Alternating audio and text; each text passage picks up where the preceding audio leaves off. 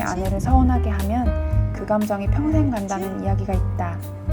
호르몬 영향으로 감정 기복도 심해지고 괜찮지만 괜찮지 않고 쉽게 서운하고 서러워지는 시기이기도 하다.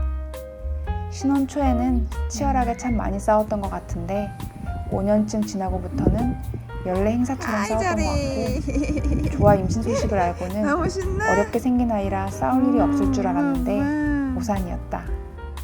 지금도 기억나는 임신 중 남편과 싸운 3가지 일을 공유해 보려고 한다.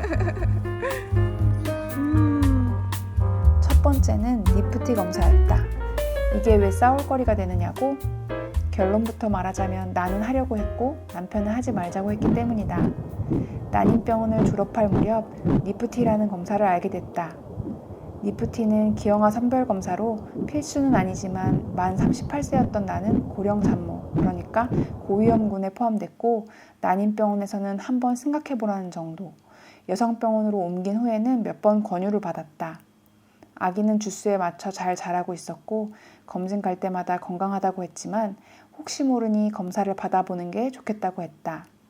임신까지 7년, 출산까지 8년이 걸렸고 나이가 있다 보니 그리고 주치의가 2-3차례 권유를 하니 솔직히 거절하기가 쉽지 않았다. 비용은 60만 원 정도였던 것으로 기억하고 신랑한테 집에 와서 니프티 검사를 받기로 했다고 하니 지인 이야기를 하면서 거기는 병원에서 권유도 안 했을 뿐더러 안 해도 된다더라면서 이야기를 했는데 그게 그렇게 서운했다. 사실 엄밀히 따지고 보면 니프티 검사가 모든 기형아를 다 판별할 수 있는 것도 아니고 몇몇 증후군에 대해 높은 비율로 선별이 가능하다는 것인데 나 같은 호구의 쫄보는 의사가 권유한 걸 안 해도 되는지도 신경이 쓰였고 무엇보다 아기에게 필요한 검사 같은데 그걸 남편이 반대한다는 생각이 들어 서운했다. 지금 생각해보면 싸웠다기보다 내가 일방적으로 단단히 삐진 정도였고 보통 이런 싸움이 그렇듯 나는 알겠다고 안 받겠다고 했고 남편은 받으라고 했다. 그 다음 주 병원에 갔는데 아니나 다를까 주치의가 니프티 접수처에서 신청 안 했냐고 나중에 의사를 원망하는 경우도 덜어 있다며 다시 묻길래 무슨 용기에서였는지 저희 아이는 시험관으로 어렵게 생기기도 했고 고위험군으로 나온다고 해서 출산을 포기할 것도 아니라서 크게 의미가 없을 것 같다고 이야기했다. 그랬더니 그런 마음이라면 안 받아도 되겠다며 더는 권하지 않았다. 1차, 2차 기형아 검사 결과에서도 모두 저위험군으로 추가 검사가 필요치 않았고 조아는 더없이 건강하게 태어났다. 지금 생각하면 안 하길 참 잘했다 싶은데 그 당시에는 그게 그렇게 서운했다. 두 번째는 차 바꾸기였다. 우리 집은 신혼 때 구입한 6년 정도 된 경차가 있었다. 나는 아기가 나오면 차를 바꾸고 싶다고 했고 신랑은 재정적으로 여유가 없으니 차를 바꾸는 것은 시기상조라고 했다. 큰 돈을 버는 건 아니어도 둘 다 직장 생활을 하고 있고 수중에 있는 돈과 대출 가능한 범위 내에서 차를 바꾸자는 것인데 남편은 육아라는 변수가 있기 때문에 현금, 그러니까 여유자금이 필요하고 차가 커지는 건 차값 이외에 여러 가지 부대 비용까지 생각해야 한다며 많은 소리를 했다.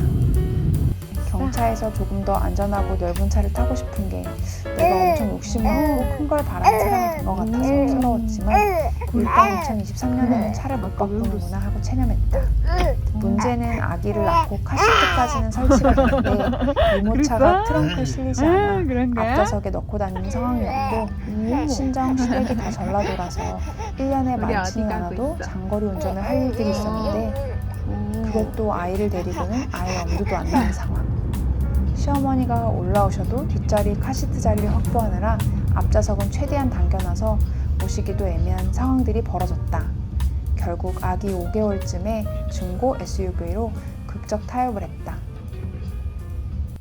세 번째 싸움은 성장 앨범이었다.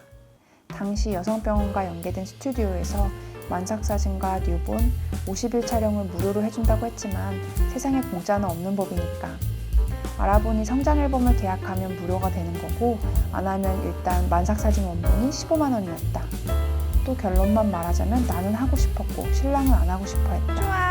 애가 여럿 있는 것도 아니고 성장 앨범 하나 정도는 남겨도 좋지 않을까 싶었는데 신랑은 우리가 기념일마다 더 자연스럽게 잘 남길 수 있지 않냐고 했다. 이쯤 되니 서운함을 넘어 거절감을 느낄 지경이 되었다. 내가 그렇게 무리한 걸 요구하는 거냐, 얘기하는 것마다 다 반대를 하냐, 서운한 감정이 폭발해서 울음이 터졌는데 신랑은 엄청 미안해하면서 성장 앨범을 하자고 했던 기억이 난다. 우여곡절 끝에 찍게 된 스튜디오 사진이지만 나는 물론이고 신랑도 결과물을 받을 때마다 너무 만족스러워했다. 전문가가 찍으면 다르구나, 돈이 좋구나 하면서 돌사진까지 무사히 마쳤다는 결말. 혹시 성장 앨범을 고민하는 가정이 계시다면 저는 너무 추천입니다. 가까이 와봐. 대부분의 부부들이 그렇듯 같이 살면서 왜 숱하게 고장났어? 싸웠다. 신랑은 싸움이 여기 봐봐. 아니라 쭉. 의견 조율이라고 이야기하는데 그것도 맞는 말이지만 보통 같은 일로 음. 상당히 여러 번 감정도 상해가면서 언성 높이면서 겨룰 때가 많아서 진짜 지치는 일이긴 하다. 결혼 전에는 이 사람이라면 그 어떤 어려움도 헤쳐나갈 수 있을 것 같았는데 결혼 후에는 이 사람이라서 너무 어려운 순간들이 있다. 서로의 다름을 인정하고 맞춰가는 건 매번 쉽지 않지만 누군가의 인생을 통째로 이해하고 수용하려는 노력 자체가 의미 있는 일이라는 생각도 든다.